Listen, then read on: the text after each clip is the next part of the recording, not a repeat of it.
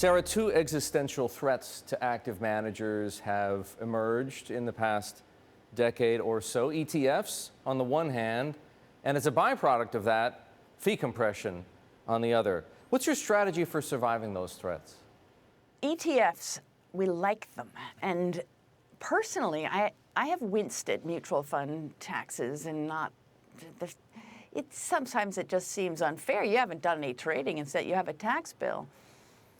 So there will always be the tax-exempt investor who will like mutual funds. But for the taxables, I can understand the migration to ETFs. And not to mention, as securities, they're tradable, and sometimes they help fill a gap in terms of one's own portfolio allocation. So Causeway would like to be in ETFs. We're just a very slow and gradual in what we do. And as for new vehicles, we get market intelligence. We have an extraordinary business development group run out of Philadelphia. And then we plan and then determine just how we're going to enter either a strategy or a marketplace and do so the most intelligent way possible.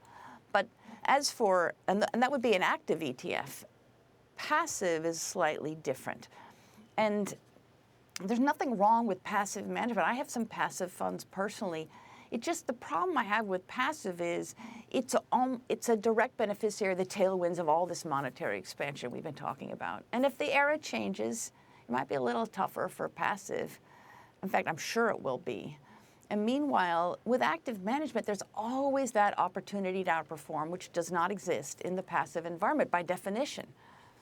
So passive has a place, but active is where the action is.